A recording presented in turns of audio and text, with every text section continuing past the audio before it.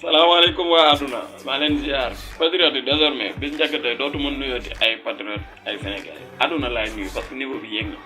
parce que bi ñu demee ba nga xamante ni ñun booy ndaw yi wecc ñun fan si club bi taalibe Seydina Sow bi waxuma partisan yi wala waa Pastef yi wala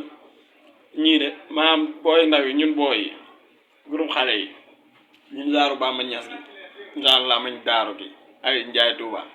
ñun ñoo tax bu nit koo xam ne dañ ko formé ci politique formé bu demee bay def ay critique ak conférence de presse bu demee bay jeexal ba war a jug dem nga am problème mu ñibbi ndax xalaat na bu naree nelaw maaji numéro 3 comme moom si moom exemple booy bi def na information defal na lu muy def ay duulam ba teg léegi na pere na mu war a libéré wu dem këram moo ko jaaxal tëdd nelaw ndax ñun moo tax ma ne léegi su may nuyoo damay wax maa ngi nuyu waa àdduna mais réew mi nag lu fi nekk bëri na luñ fi war a def bëri na te li may doon wax rek laay waxaat ku jub rek na sa xel dal incha allah ndam rek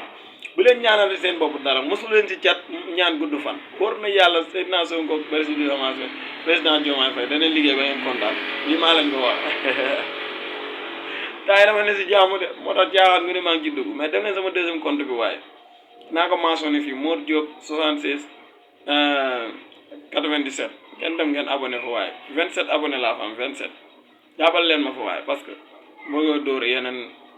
activité yoo xam ne commencé ko ma ko mais naa ko fa def